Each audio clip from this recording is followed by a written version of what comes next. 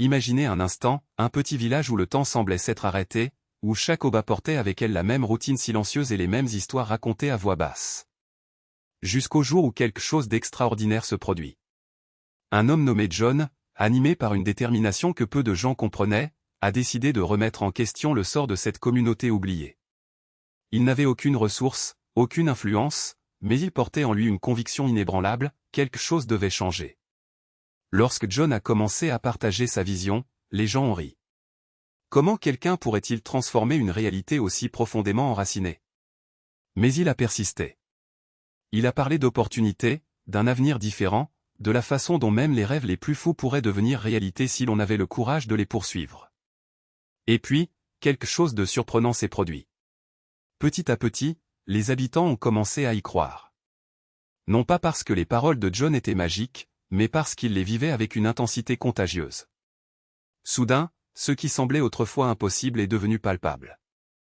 Le village, qui vivait dans l'ombre de l'oubli, a vu son lien avec le monde se renforcer d'une manière jamais imaginée auparavant.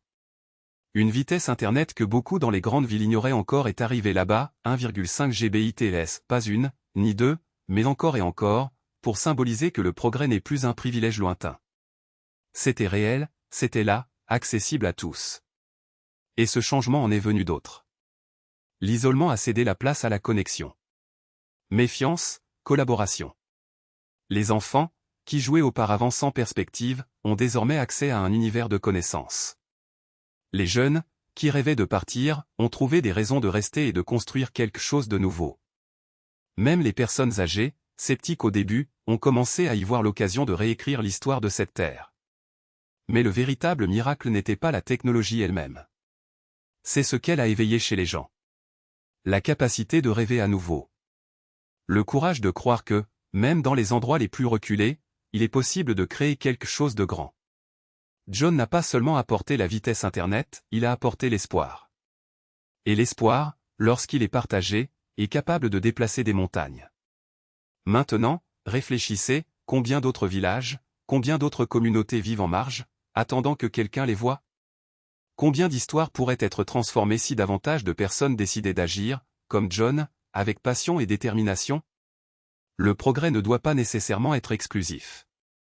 Il peut et doit atteindre tout le monde, où qu'il se trouve. La leçon est simple, les grands changements commencent par de petits pas.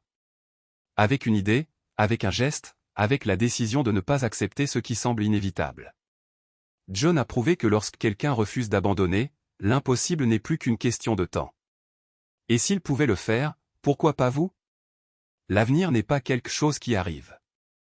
Elle est construite, jour après jour, par ceux qui osent croire. Et cette construction commence maintenant, avec le choix de ne pas rester immobile. Après tout, le monde est plein de villages qui attendent leur propre John. Qui sait, peut-être que le prochain ne sera pas le vôtre. Et c'est la vérité que personne ne vous dit, les grandes histoires ne sont pas écrites par ceux qui attendent le moment parfait, mais par ceux qui prennent l'imparfait et le transforment en quelque chose d'extraordinaire. Rick Bolin n'est pas né avec une carte entre les mains, mais avec le courage de tracer sa propre voie. Il a regardé ce que tout le monde appelait le destin, et a dit, ce n'est que le début. Et si vous lisez ces mots maintenant, c'est parce que quelque chose en vous a aussi murmuré, et si j'essayais? Le poids du passé ne définit pas l'avenir. Cette voix qui dit tu ne peux pas le faire? Elle n'est que l'écho de ceux qui ont eu peur avant vous. Mais voici la question qui change tout, et si, au lieu de l'écouter, vous lui prouviez qu'elle avait tort? Rick n'avait ni armée, ni ressources, ni garantie, il avait seulement la conviction qu'un homme déterminé est plus fort que 1000 hommes ayant des excuses. Et il a gagné. Non pas parce que c'était spécial, mais parce qu'il a décidé que ce serait le cas. Regardez autour de vous.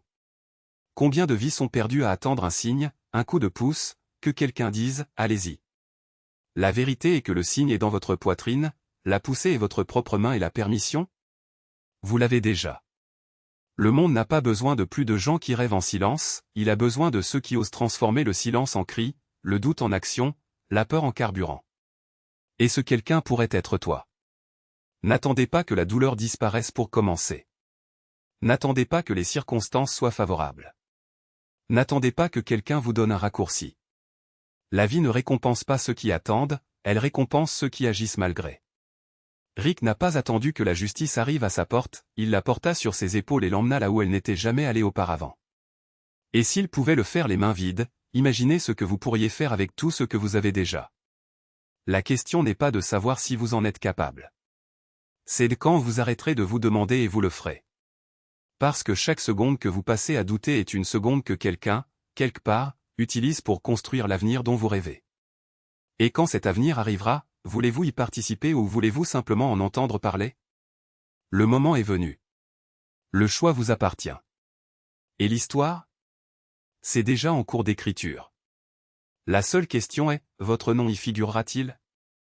Et ne vous y trompez pas, la foi n'est pas un refuge pour les faibles, mais une forteresse pour les forts. Chaque parole du Coran, chaque enseignement du prophète, que la paix soit sur lui, est un appel à l'action et non à la passivité. Quand Allah dit que le sacrifice sera accepté, il n'appelle pas à l'hésitation, mais à l'abandon.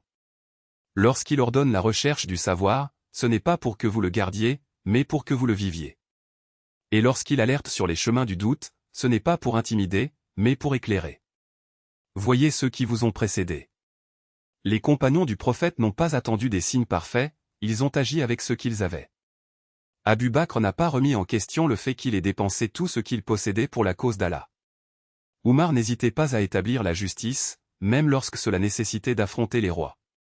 Et Bilal ne s'est pas plié au fléau de ses oppresseurs, car sa conviction était plus grande que sa douleur. Ils n'avaient aucune garantie, ils avaient la foi. Et c'est cette foi qui les a rendus immortels dans l'histoire. Mais aujourd'hui, nous sommes nombreux à nous perdre dans des débats stériles. Nous discutons de ce qui est haram ou halal pendant que nos mosquées se vident, que nos jeunes se laissent distraire par des illusions et que nos communautés se fragmentent. Nous oublions que le vrai culte ne consiste pas seulement à réciter des sourates mais à les vivre. Il ne s'agit pas de jeûner lorsque nous opprimons, ni de prier lorsque nous ignorons la souffrance qui nous entoure. La foi est un feu qui consume l'hypocrisie, soit vous l'alimentez, soit elle s'éteint. Et ne vous y trompez pas, le monde ne vous attend pas. Pendant que vous débattez d'agir ou non, d'autres écrivent déjà l'avenir. Pendant que vous vous contentez de miettes de connaissances, les ennemis de l'islam répandent leurs mensonges comme du poison. Pendant que vous vous cachez derrière des excuses, les vrais croyants sont en première ligne, dans les mosquées, dans les rues, dans le cœur de ceux qui ont besoin de conseils. Allah n'a pas besoin de votre perfection. Il a besoin de votre sincérité. Le prophète ne recherchait pas des disciples impeccables, mais des âmes prêtes à s'élever. Et l'histoire ne sera pas écrite par ceux qui sont restés immobiles, mais par ceux qui ont osé faire le premier pas, même lorsque le chemin était incertain. Alors, quel sera votre choix? Continuer à être spectateur de votre propre vie, ou devenir le protagoniste de l'histoire qu'Allah vous réserve? La réponse n'est pas dans les mots, mais dans les mains qui les transforment en actes. Et quand le jour du jugement viendra, voulez-vous être parmi ceux qui ont demandé « Pourquoi ?» ou parmi ceux qui ont répondu « Pourquoi pas ?»